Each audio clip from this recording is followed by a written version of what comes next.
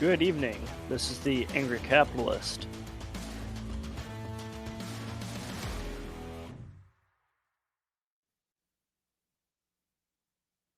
Alright, now I know it's been a while since I've done a video specifically for the ENTJ series.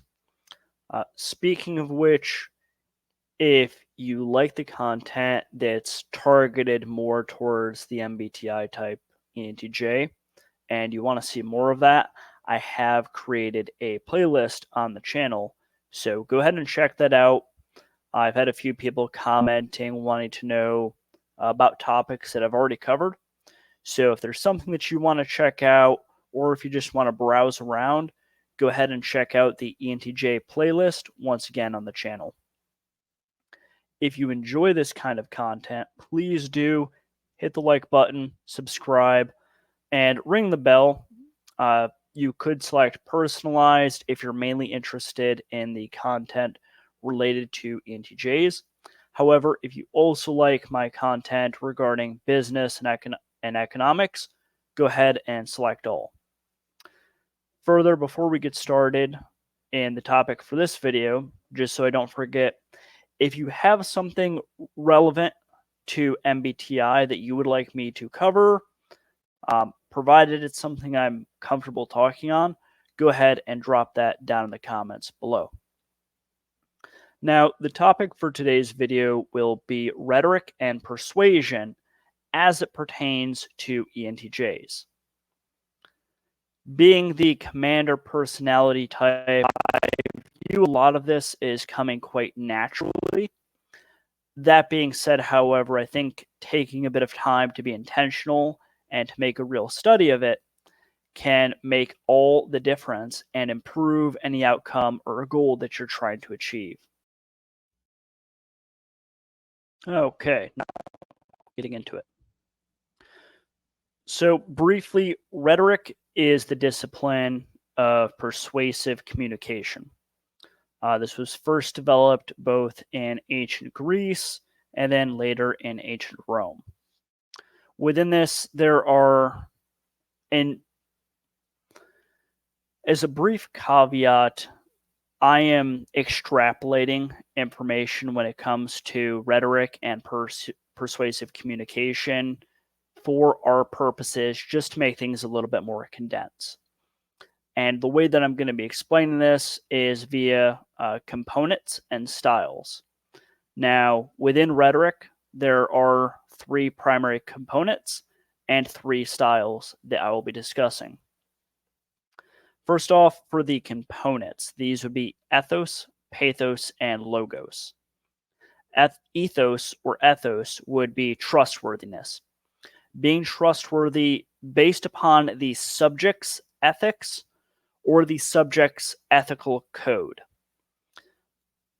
Keep in mind, different groups of people and even different individuals have different ethics and different things that they deem people to be trustworthy on, or not, as it can also be. We then have pathos. This would be emotion or emotional appeal. Think of this as using a subject's pre-existing emotion to initiate action or to create emotion within a subject. And then for logos, logos is finding a logical solution. It's logic and it's reason.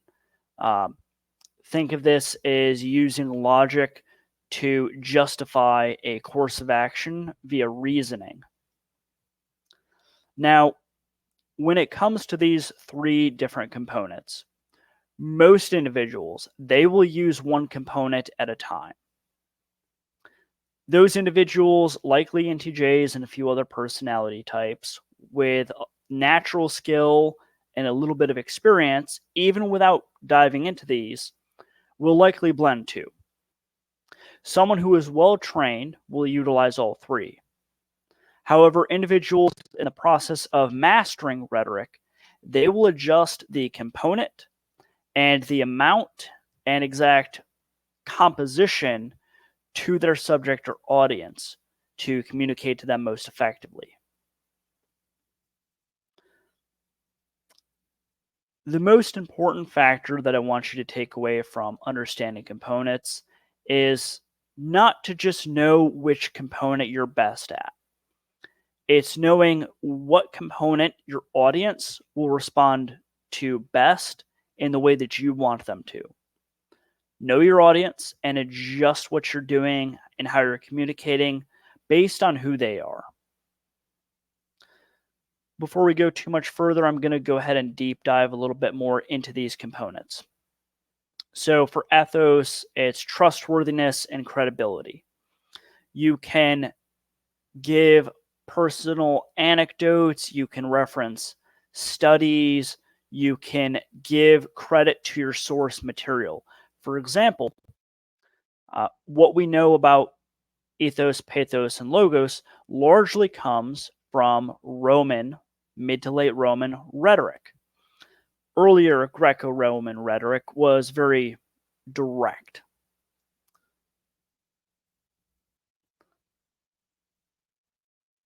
Please keep in mind, as you're using each one of these, if you're not able to immediately identify what's going to work best on your audience, combine all three and view how your audience is reacting to them. Feel free to go ahead and play around with it a little bit and really observe them as you're speaking to them. A brief personal anecdote.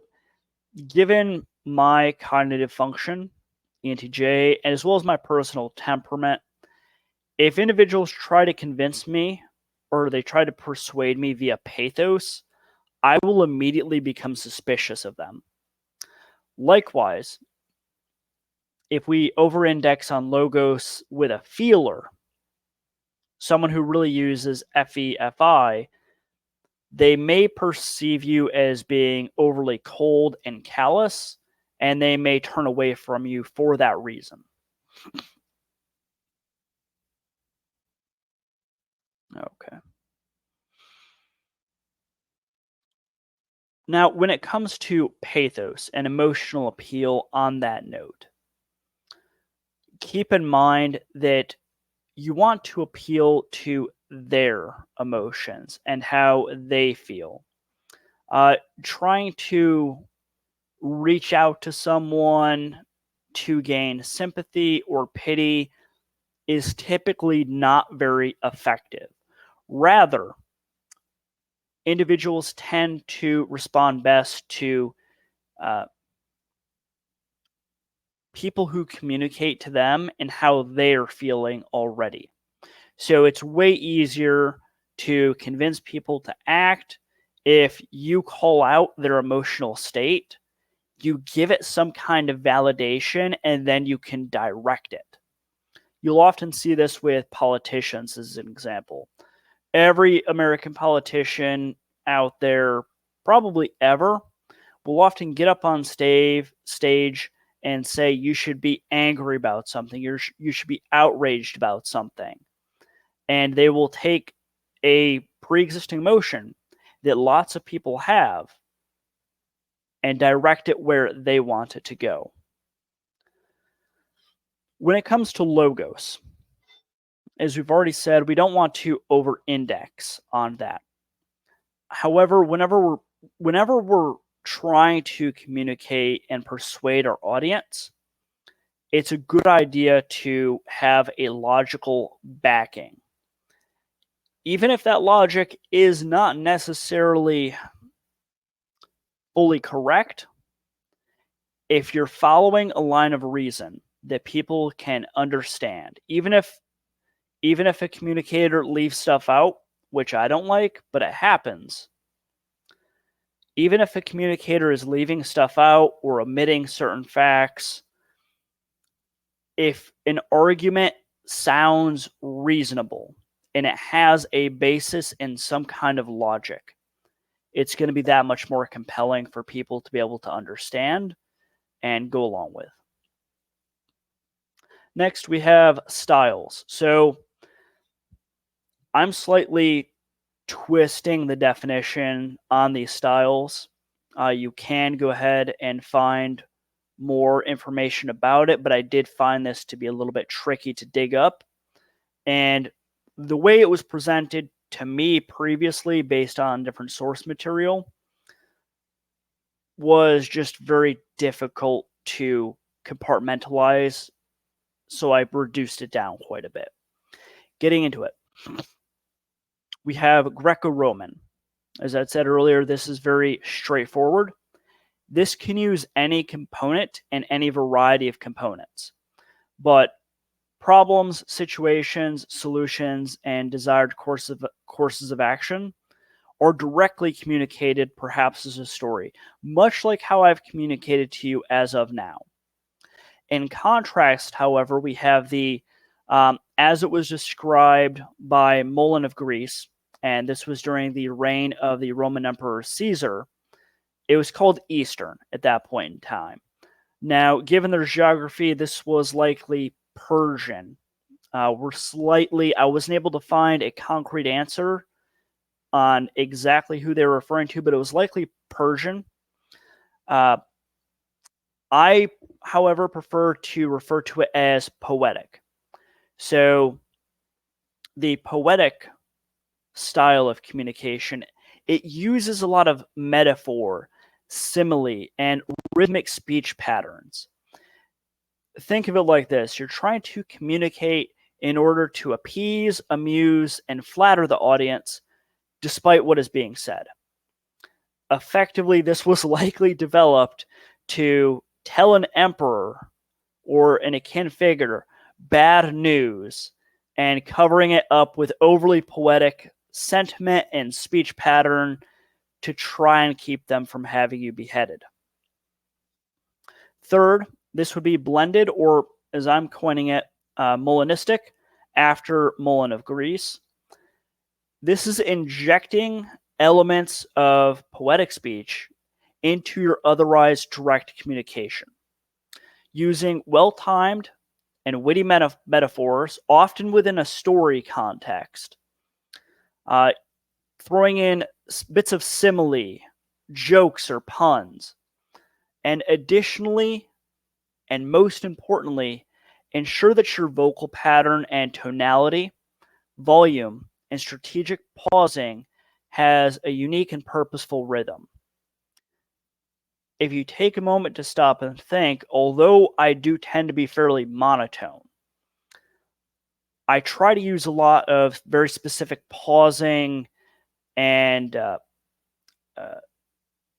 emphasizing various things.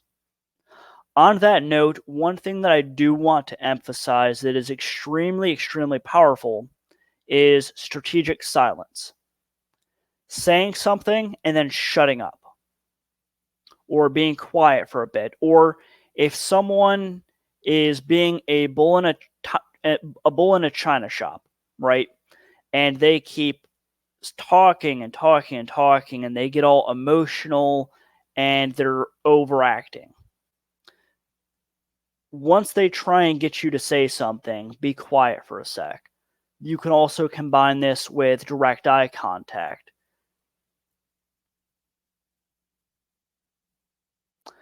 Doing so allows you, if you're strong enough, to reset the tone in terms of what is being said. Likewise, however, if you're dealing with a rather noisy audience, by suddenly going quiet, you can get individuals to pay more attention to what words you're going to say next. Now, moving on. Combining components and styles. Within the context of being an ENTJ, I recommend using the blended or Molinistic style, and start fairly small and simple. Utilize, with intent, a small number of literary elements. This would be metaphors, simile, puns, that kind of thing. But really focus on the timing, the imagery, and your relationship to the audience.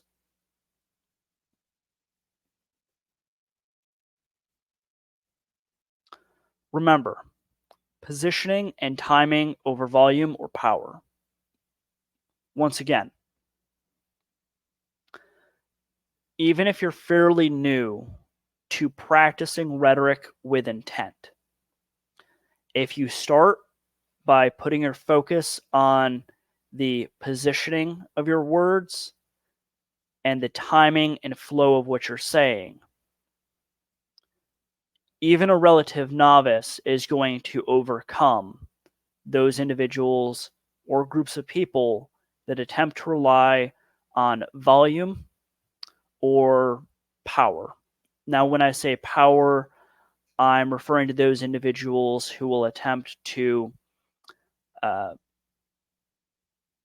use a component too crudely in order to try and win over an audience.